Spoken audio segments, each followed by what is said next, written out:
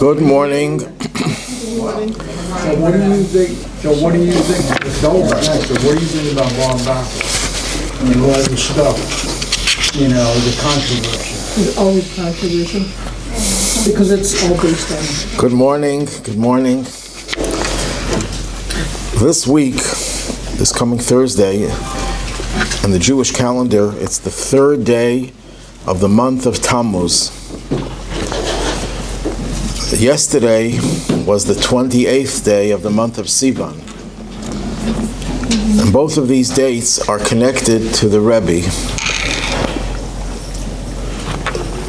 We'll start with yesterday.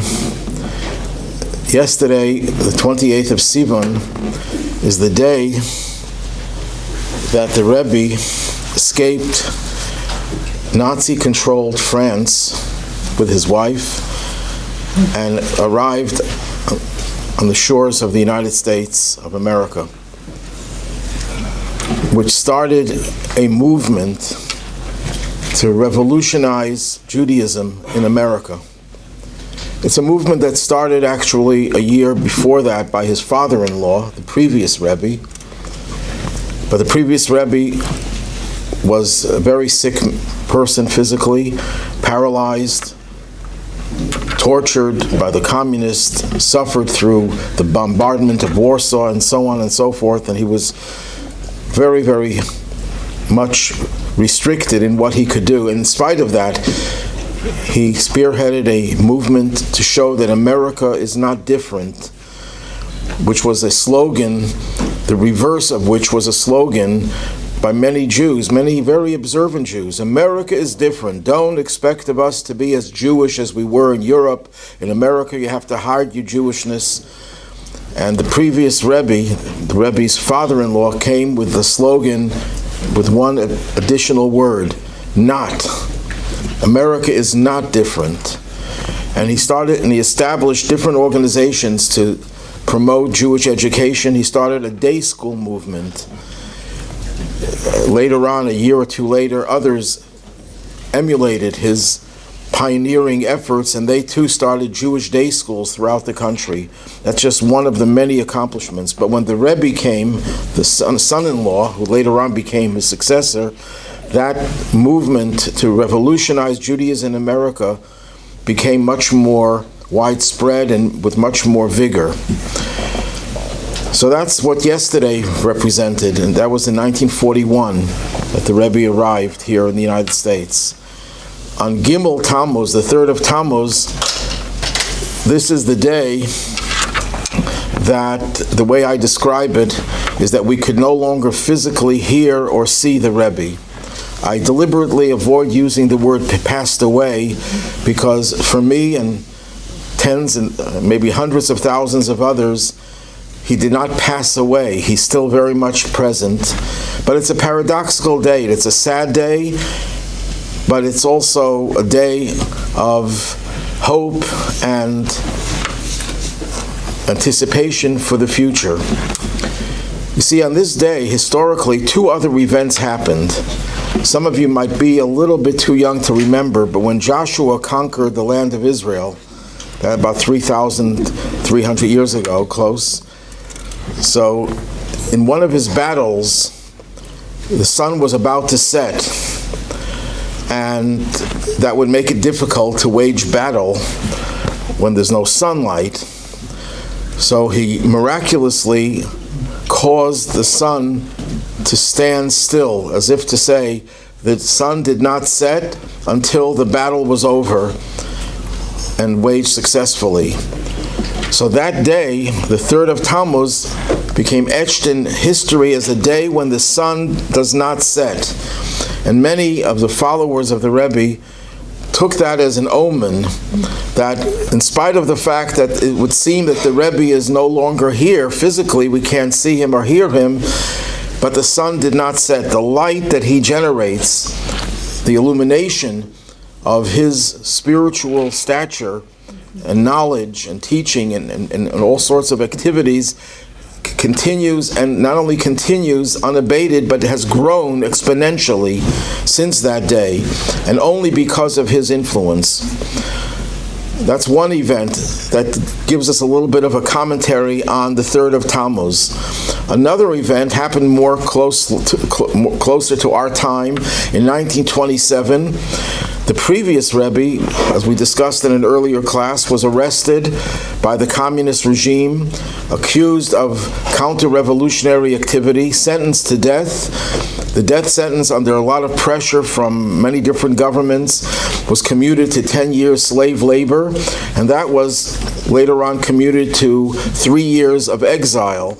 And about a week and a half later, after he was released from prison, he was exonerated and he was allowed to leave the Soviet Union.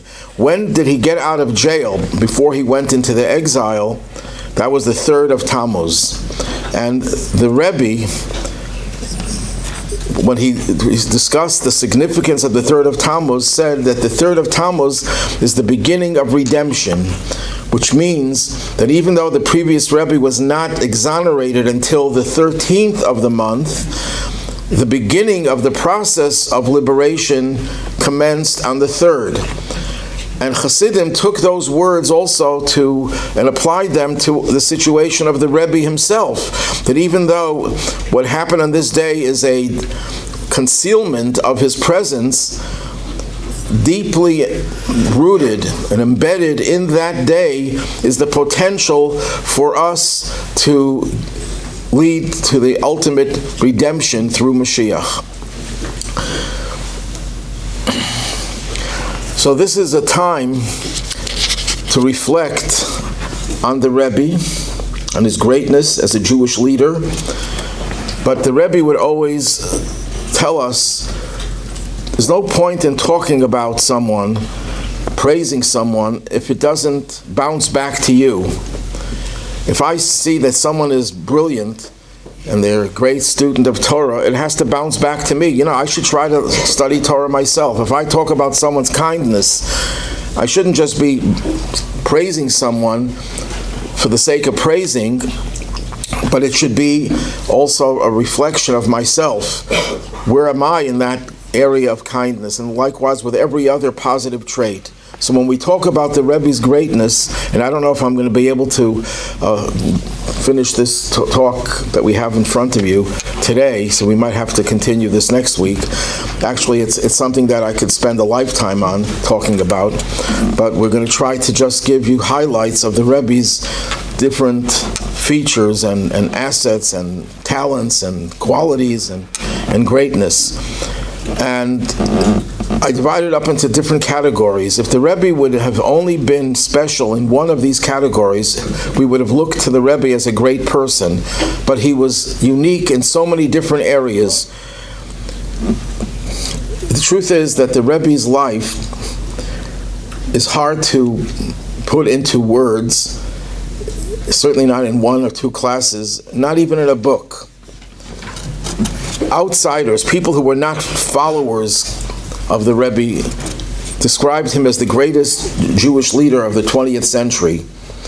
I would add, as many would add, that in the annals of history, the Rebbe's accomplishments, his reach and influence is unparalleled. Of course, we have Moses. Moses was the greatest leader of the Jewish people, but Moses lived in the desert with all the Jews crowded around him in 1 square mile approximately. So to be a leader, and even then it was challenging. It's not easy to be a leader of Jews. When you have 600,000 Jews, it means you have 600,000 leaders and different opinions. So we're not going to take away any of the credit from Moses as a leader, but in terms of being a leader in a time of exile, in the diaspora, where Jews are scattered all over the world, alienated, most Jews are alienated from their own religion, and to search for those people, to find them, and cultivate their soul's energy, that's something that the Rebbe is unique. And I would like to divide that into 3 categories: breadth, depth, and length. The sheer number of diverse people that the Rebbe reached directly and indirectly, where everyone here in this room, except for myself, I think, has been reached indirectly. You may have never seen the Rebbe or been in his presence, but you're here only because of the Rebbe, because if it wasn't for the Rebbe, the last place I would have thought of living would be Buffalo. And I have nothing against Buffalo, except it wasn't on my list of choices of places to go. But because of the Rebbe, I ended up in Buffalo, and I'm very happy to be in Buffalo. Don't get me wrong. So you have all been impacted by the Rebbe indirectly, and you are among tens, if not hundreds of thousands of Jews, actually millions of Jews all over the world. In the latest Pew survey, it was determined that 40% of American Jewry have been affected in some way connected to Chabad, which is the Rebbe's movement. 40%. And that I don't know what the number is worldwide, but certainly not less than that, maybe even more in some places. So the Rebbe reached millions of Jews, and even non-Jews as well in many ways. That's the breadth. The depth is that the Rebbe didn't just influence people casually, superficially, but has impacted people whose lives have changed, have been transformed for the better in many ways, physically and spiritually. And in terms of length, the Rebbe's influence continues. It has gone on to the next generation and to the next generation, and it's continuing on and on. If we have to describe the Rebbe, I would describe him in one word, and that's the word is paradox. I wrote a little book, 68 paradoxes of the Rebbe. I added on another 2 later, and it was 70, but I can't find where I wrote those, so my book still has 68. I found that the Rebbe was the ultimate paradox, and the Rebbe's paradoxical nature is exemplified by the fact that by nature, by temperament, the Rebbe was a very private, introverted, reclusive person who eschewed, who rejected the limelight, ran away from any type of publicity and recognition, was always behind the scenes, and even when he was doing things, working for his father-in-law before he became Rebbe, he did everything. The Rebbe edited a very prestigious journal. His name does not appear on it. Other people's names appeared on it who did almost nothing. The Rebbe did all the editing, but he didn't put his name on it. He insisted his name shouldn't be on it. That's the example of the Rebbe's, the degree to which the Rebbe rejected any type of publicity. And the only time he ever did anything publicly, when his father-in-law, his predecessor, told him to do it. He had no choice. He had orders to do it. But then, at the same time, the Rebbe was also the most public, most outgoing, the most extroverted and dynamic leader. If you saw the Rebbe in action, you would think he's the most extroverted person that you ever met. That's one of the major paradoxes. What was the Rebbe's goal? The Rebbe's goal was one-dimensional. Everything else that the Rebbe did, and he did multifarious things, the Rebbe manifested himself, expressed himself in who knows how many different ways, as we'll soon see some of it. But he had one overarching goal, and that is to get rid of all the pain and suffering in this world, all the evil in this world, to bring about the coming of Mashiach, the Messianic age. That was the Rebbe's mission from day one, and not just from day one.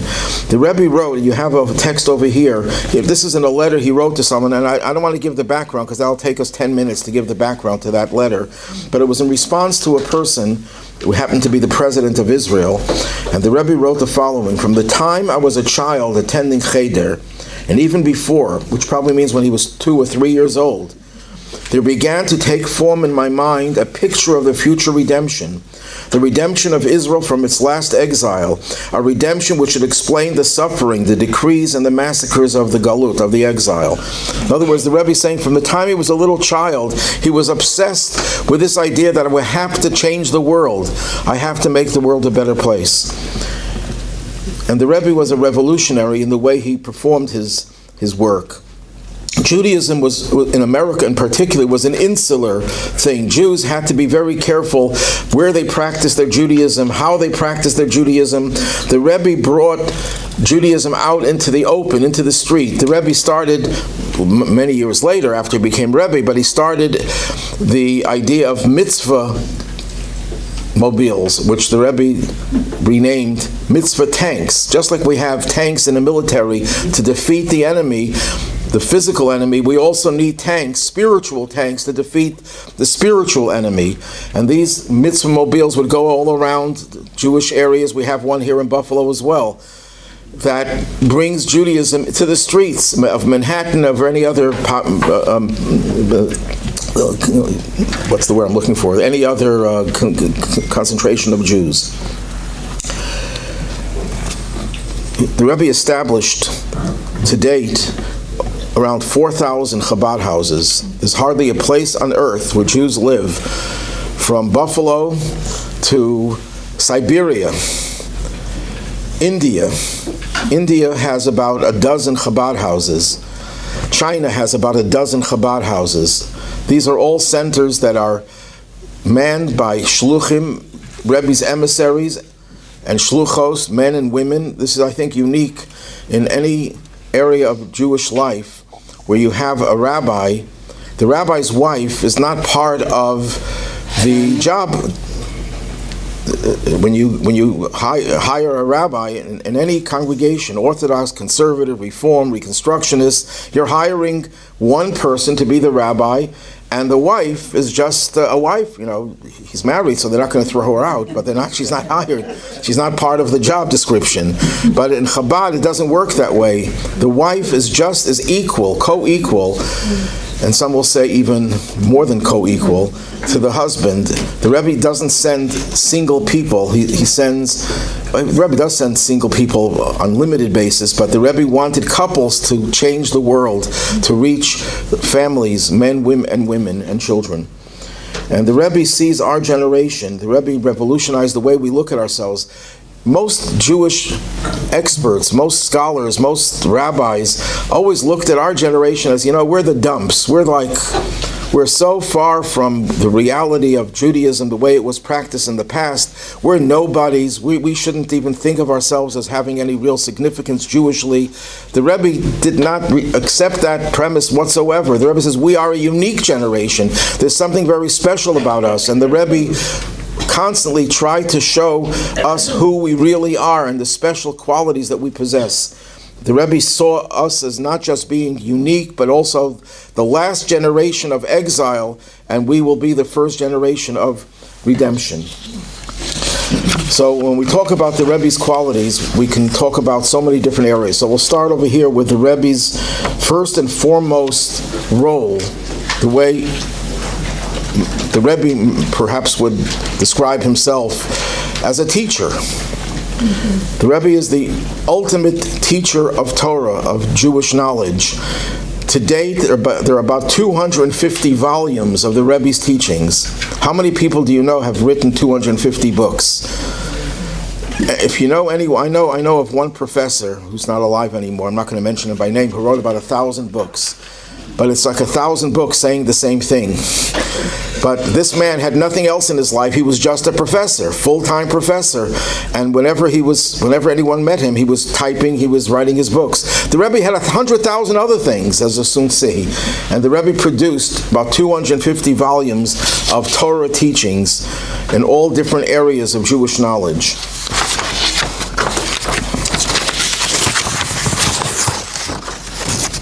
The Rebbe was not only about publishing his own, and it's interesting, just as an aside, in the first few years of the Rebbe's leadership, the Rebbe did not allow for his teachings to be publicized.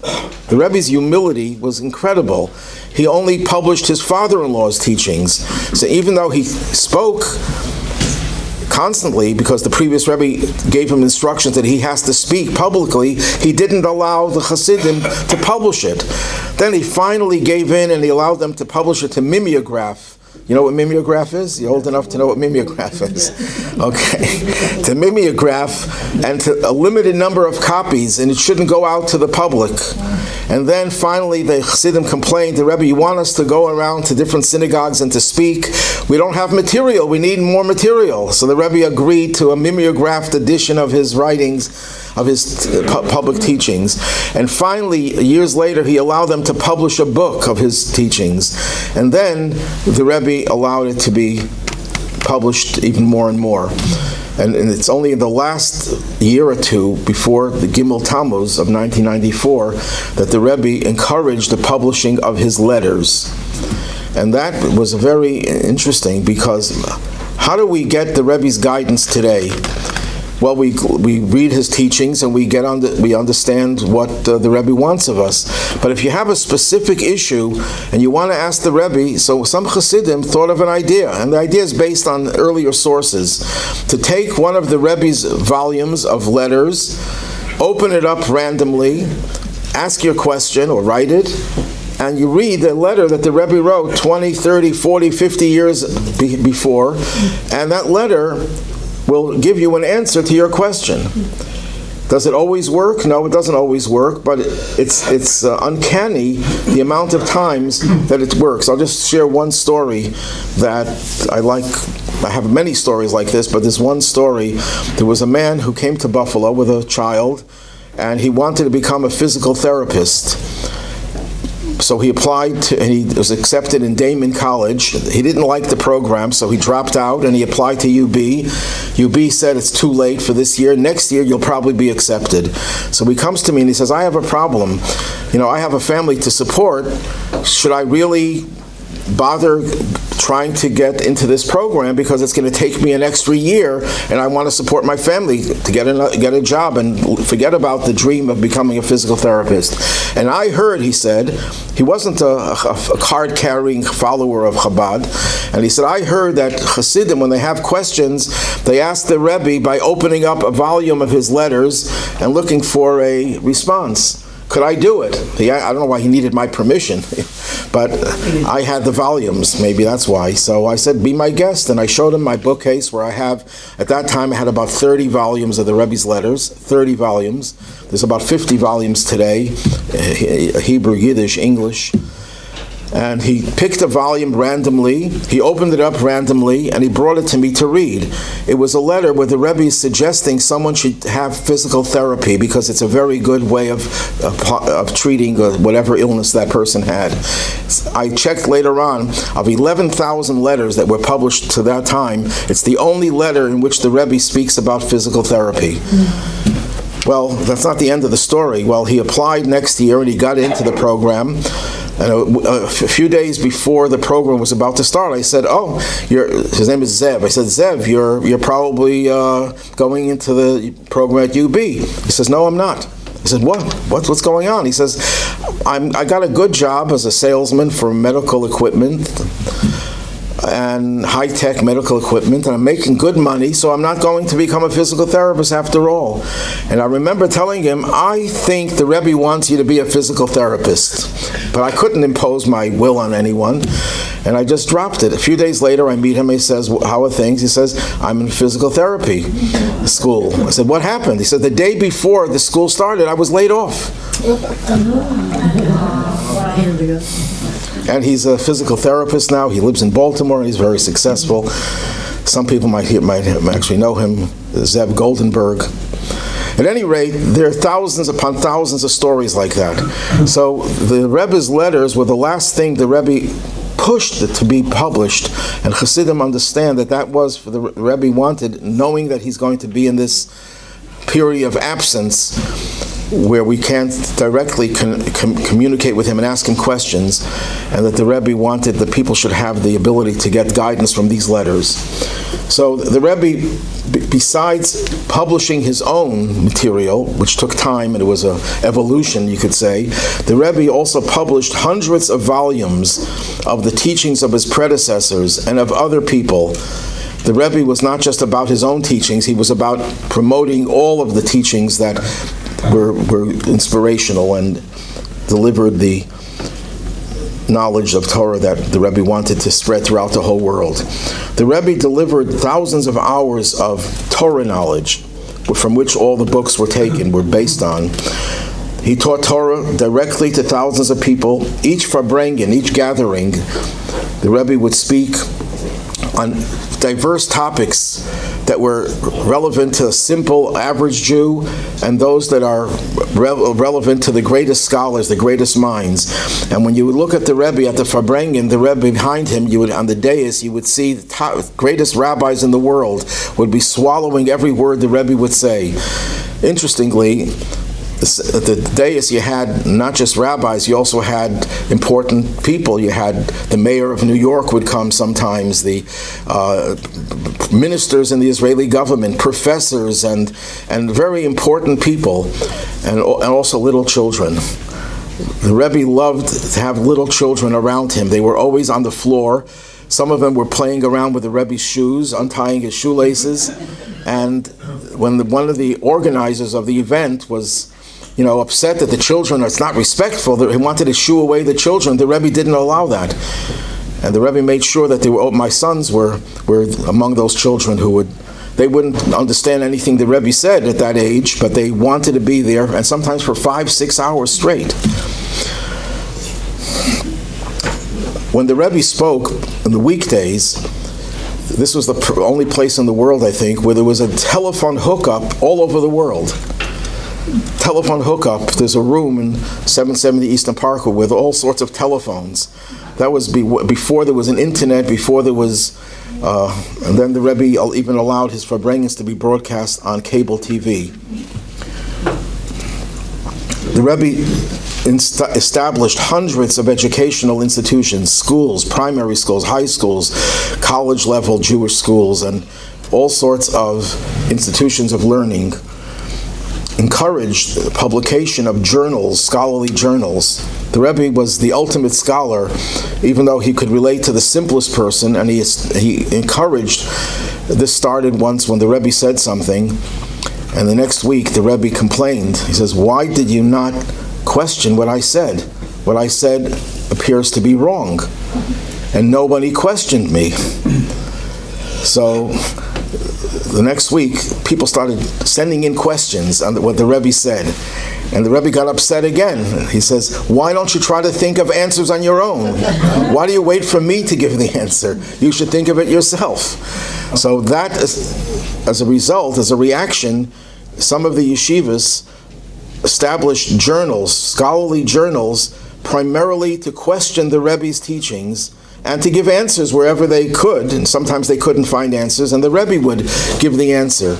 But the Rebbe wanted very much, he challenged us that we shouldn't just accept what he says because he said it. We should try to question it and understand it, and if we can, give answers. And that spawned a whole literature. By today, there's probably about 10,000 such journals that have been published. There's one yeshiva who published, I don't even know where they're up there, probably close to 2,000 journals that appear every other week or once a month. And the Rebbe also instituted thousands of Torah classes all over the world. This is one of them. And this is just one of thousands. In every corner of the world, there are people who come together to study different aspects of Torah, thanks to the Rebbe's initiatives. So that's the Rebbe's, you could say, first and foremost, spreading the knowledge of Judaism, educating the Jewish people. The Rebbe's spreading of knowledge is based on his brilliance. The Rebbe was a walking Torah. His diligence in the study of Torah from the time he was a little child, he was never a real child who played, he was always learning, always studying. I heard this story from a Russian Jew, a rabbi from Russia who spent 20 years in the Gulag under Stalin, and when he was released, this is in the late 1960s, he came to be by the Rebbe, and he told stories, and since then he published a book called Suboto about his 20 years in the Gulag, how he kept Shabbos in the Gulag, how he averted death so many times. It's an incredible book. But anyhow, he told this story, and I remember it very vividly. It says, when he was a student in the city of Lubavitch, that was the center of Chabad Chassidim, he was summoned by the Rebbe then, that's the previous Rebbe's father, and it sent him home.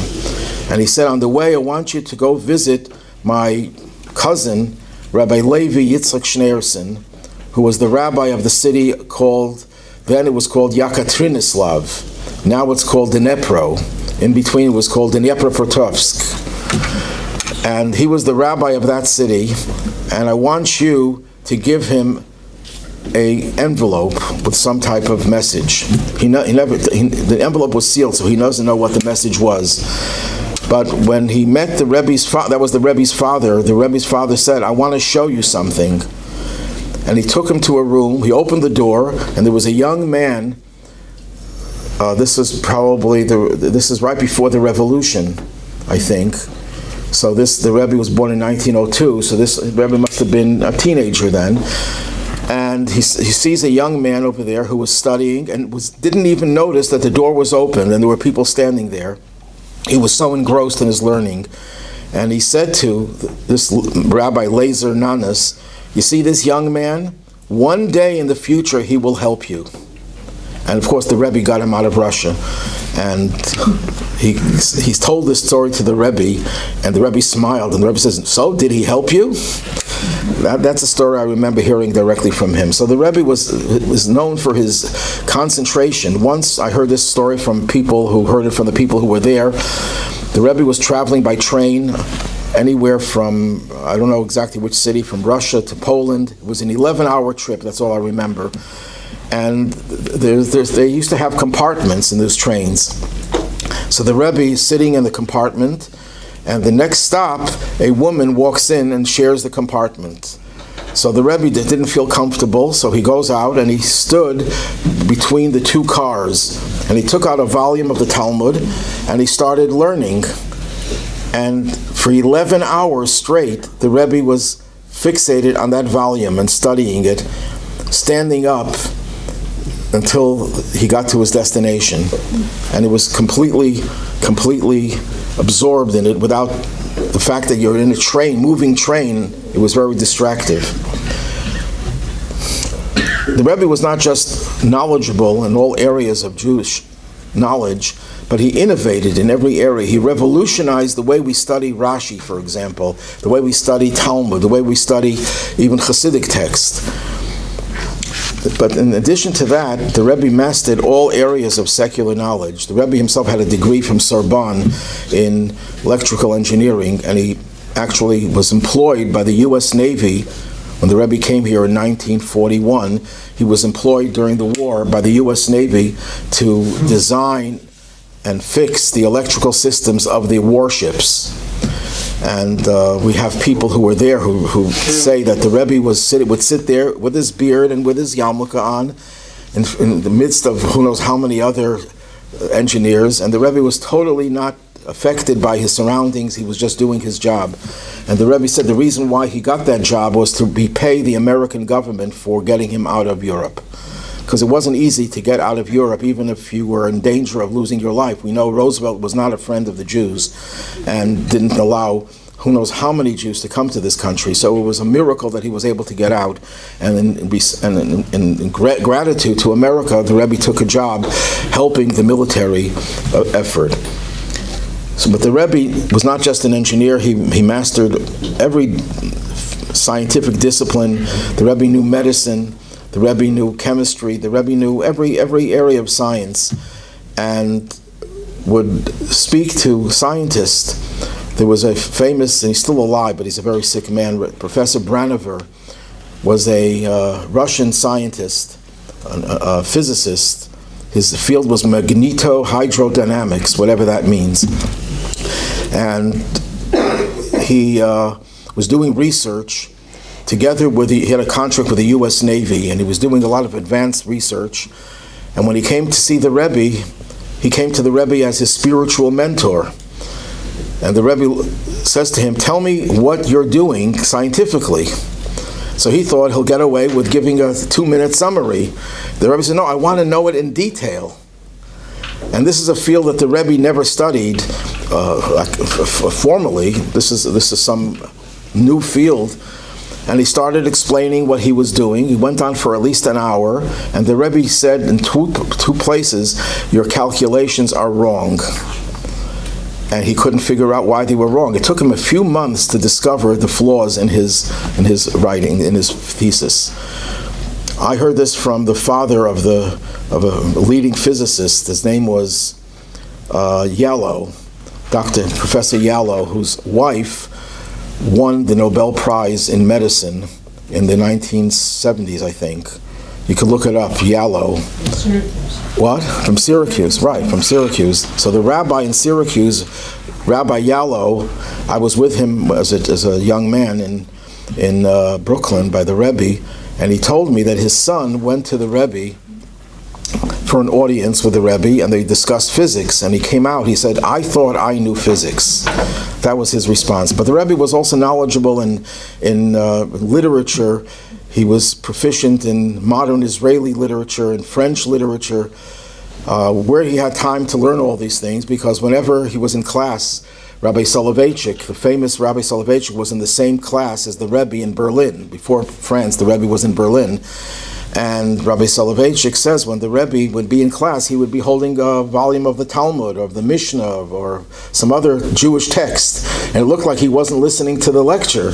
And the professor caught him one time, and the professor said, you haven't been listening to a word I said.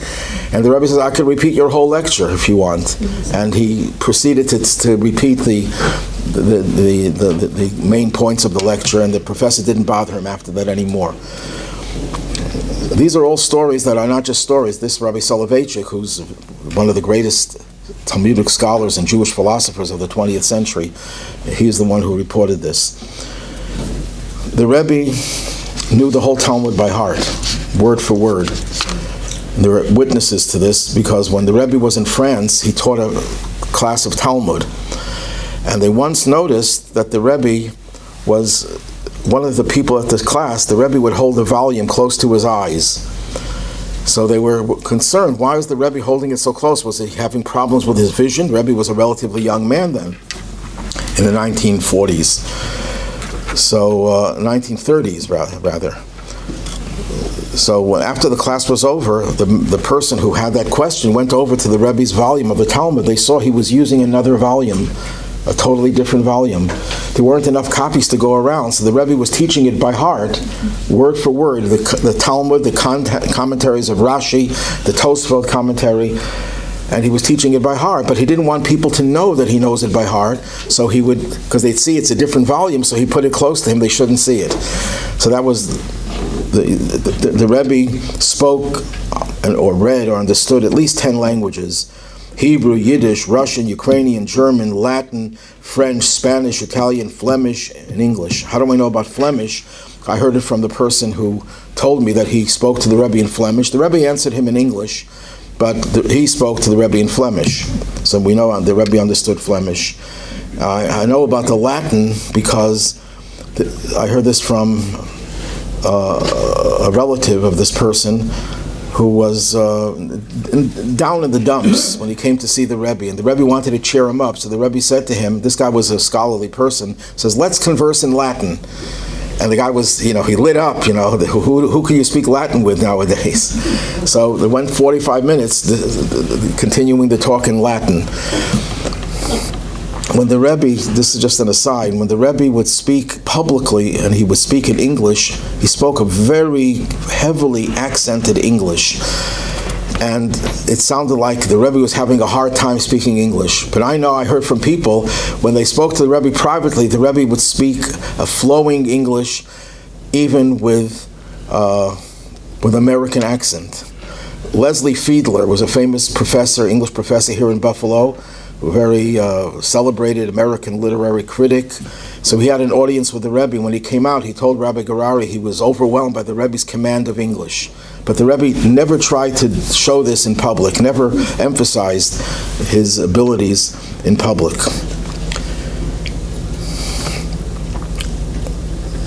The memory of the Rebbe, the story that I heard in a video from this journalist, Shaul Schiff. Boy, we're not going to go too far today. He was by the Rebbe, and the custom is when you go to see the Rebbe privately, you write down your name, your mother's name, if you request for a blessing, and if you have a problem, a question, you would write it down. rather than just coming in and speaking. One of the reasons for that is that you don't forget what you want to say. You have a few precious moments with the Rebbe. You don't want to forget what you want to say. So the Rebbe takes a look at his letter and he says, "Oh, you once wrote to me."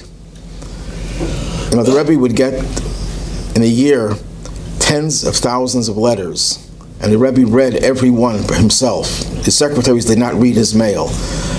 And Mr. Schiff says to the Rebbe, "With all due respect, I never wrote to you. This is the first time that I'm writing to you." And the Rebbe says, "No, you did write to me." And again he says, "No, I have never written to you." And the Rebbe reminds him of the topic. Oh, there was a general in the Israeli army who wanted to write a letter to the Rebbe, but he didn't know how to formulate the letter. He wasn't used to writing to a rabbi. So he asked Mr. Schiff to write the letter for him. So it was Mr. Schiff's handwriting, but not his letter.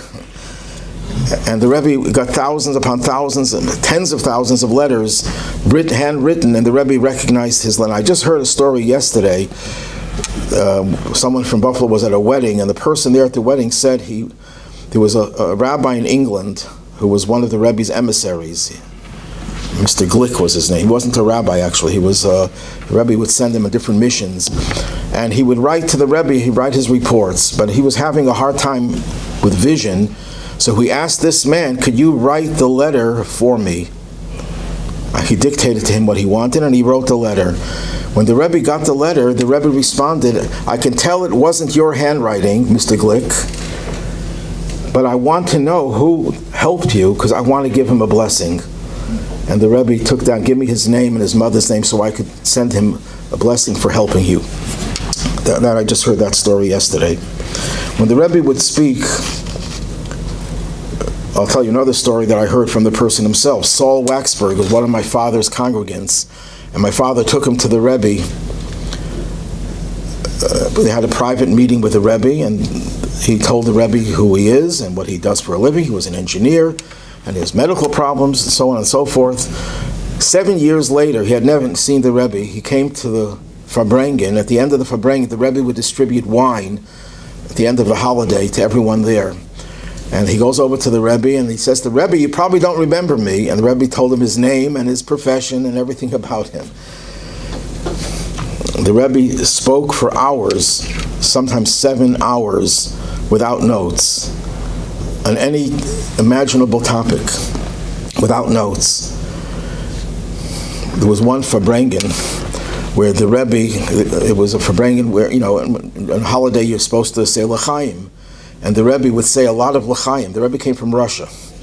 So the Rebbe would drink 1 cup of vodka after another during interspersed, and to the point where the Rebbe was starting to slur his words slightly.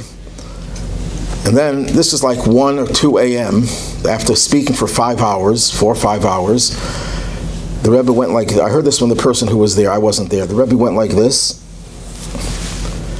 and he delivered a discourse, a very intricate Talmudic discourse that most people couldn't even understand because it was so intricate, without any effect whatsoever. He had total command over his mind.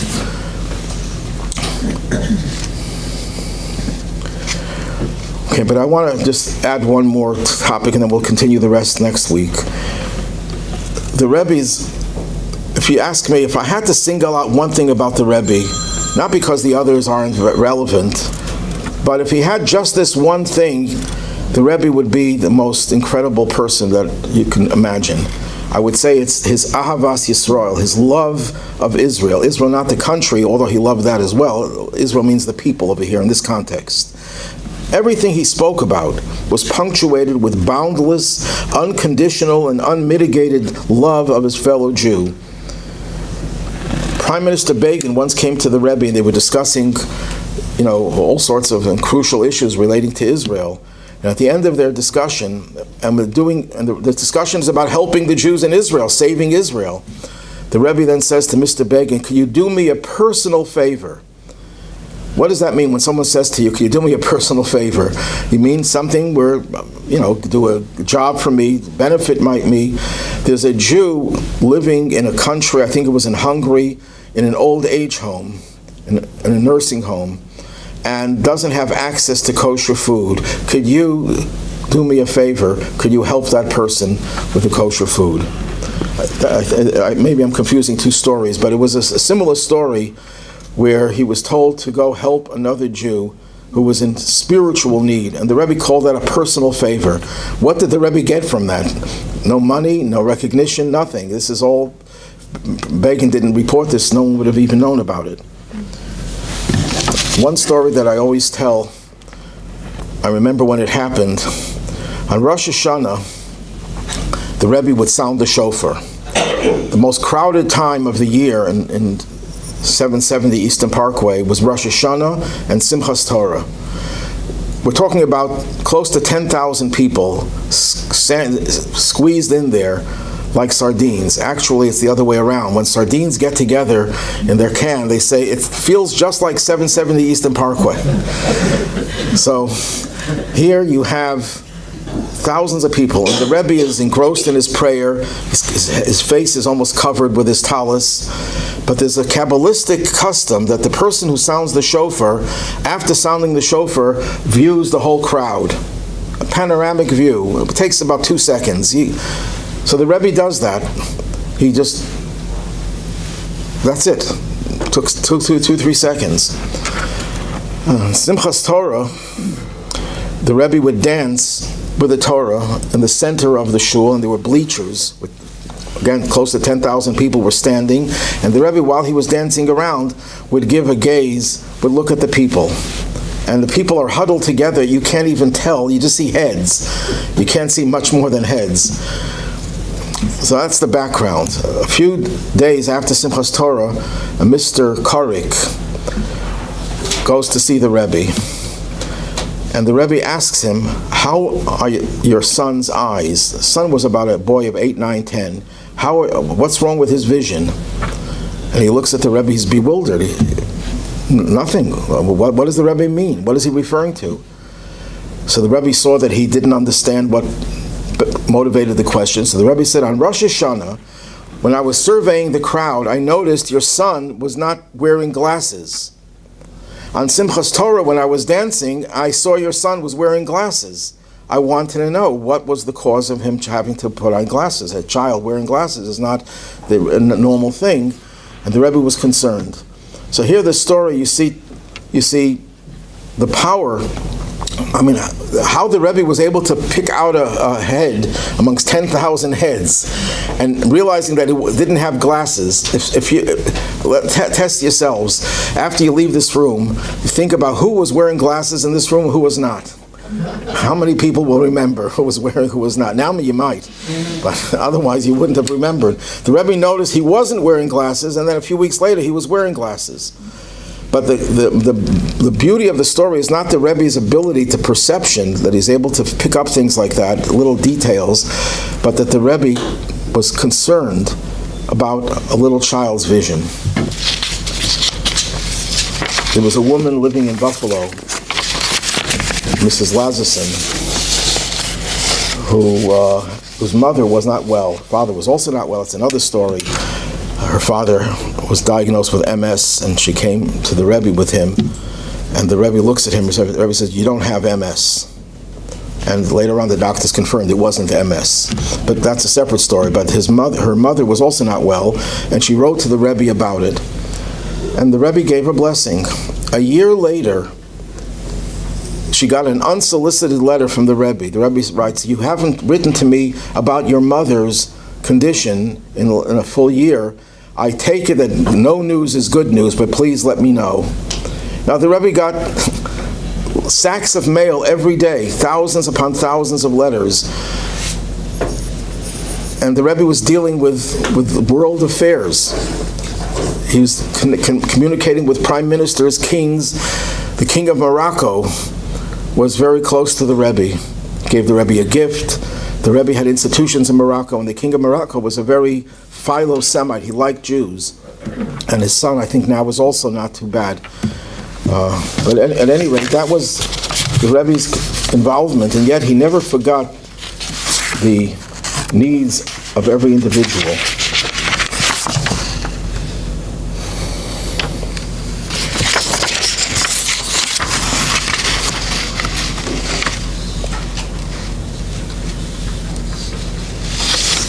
One of my colleagues, whom I spent 2 years in Australia, was asked by the Rebbe's secretary. There's a young woman, I think she was in her teens, who's very troubled and needs help.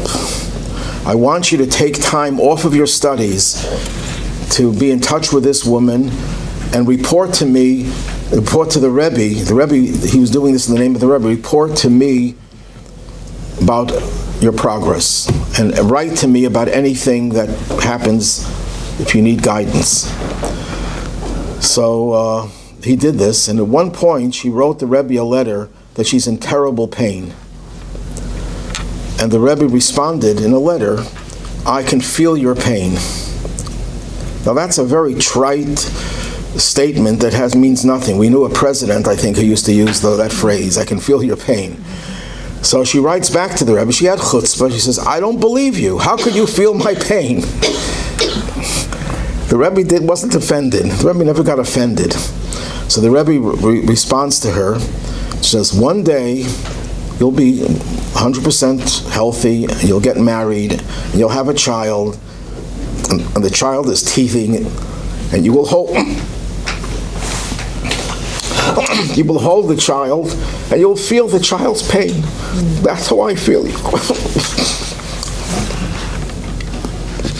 That's how I feel your pain." And that changed her life when she heard that. Here's a story over here. But maybe I should, there's so much to say that it's hard to leave something out. Before the Rebbe would sound the shofar on Rosh Hashanah, the Rebbe was in the center of the synagogue, and the secretaries brought bag loads of letters of the recent few days, the letters that the Rebbe got before Rosh Hashanah, people asking for blessings, and people were pouring out their hearts about all their suffering and pain. And the Rebbe would blow the shofar with all those bags on the platform, the bima. And then at one point before sounding the shofar, the Rebbe would put his tallis over his head and cover the bags.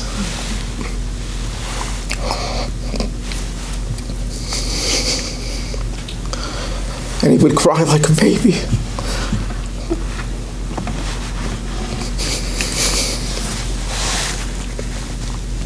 He would cry like a baby for a few minutes, crying for all the suffering and pain of all those people.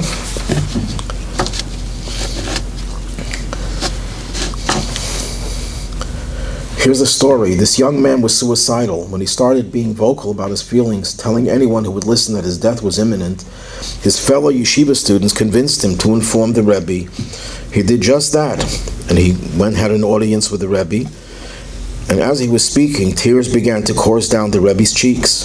After a few minutes of watching the Rebbe cry, the Rebbe didn't even manage to say a word. He ran out of the room, shaken to the core. He no longer planned to end his life. He wanted to live. If I would have only known that there exists a person who cares about me so deeply, I would never have contemplated taking my life. Another story. Someone came to the Rebbe and he asked him, "What exactly do you do? Why are you admired by so many?" This is the pattern that people would compliment the Rebbe, and the Rebbe was able to respond in a way that related to everyone. The Rebbe says, "I try to be a good friend." Incredulous, the man blurted out, "A friend? That's all you do?" Unfazed, the Rebbe responded with a question of his own. "How many friends do you have?" "I have many." "Let me define a friend for you, and then tell me how many friends you have." "A friend is someone in whose presence you can think aloud without worrying about being taken advantage of. A friend is someone who suffers with you when you are in pain and rejoices in your joy. A friend is someone who looks out for you and always has your best interest in mind. In fact, a true friend is an extension of yourself." The Rebbe then asked with a smile, "Now, how many friends like that do you have?" "Not very many." "How many friends like that do we have?" And the Rebbe's uncanny ability the reason he was able to love everyone, because he could see the good in everyone. And the Rebbe didn't care about how lowly a person was. The Rebbe related to everyone. It's not that the Rebbe condoned lowly behavior. The Rebbe was very strict and tough when it came to standards. The Rebbe demanded a lot of everyone. In fact, the more religious you were, the more advanced you were, the Rebbe demanded more and more of you. The Rebbe was never satisfied. Someone reported to the Rebbe that he gave a huge donation to build a yeshiva. And the Rebbe says, when are you going to build another one? So he says to the Rebbe, Rebbe, you're not happy with what I did? So the Rebbe says, I'm very happy, I'm not satisfied. That was the Rebbe's approach. And this all is motivated by the deep love that the Rebbe not only preached, but he practiced it in tremendous volume. Any questions or comments? We'll have to continue this next week. We used to show that sometimes this shows how old I am, on international cable on Buffalo. And my father used to watch it all the time. Right. The president of Damon College was, I think, a Roman Catholic. He would be glued to the TV for hours. Yeah, so did my dad, Yeah. I don't know how much my father understood, but he would sit Well, this guy didn't understand anything. Yeah, He was a Roman Catholic, but he was just mesmerized by the Rebbe speaking. And the Rebbe was not a good speaker in terms of, dramatizing himself. The Rebbe spoke monotone. Right. And that's the power. The Rebbe didn't need to use external techniques to try to get people's interest. He didn't tell jokes. The Rebbe had a good sense of humor, but he didn't use jokes the way many speakers use them to get people to listen. He didn't tell the sardine joke, for example. Any other? Okay, everyone have a good week, and God willing, next Sunday we'll continue this topic. Anyone on Zoom?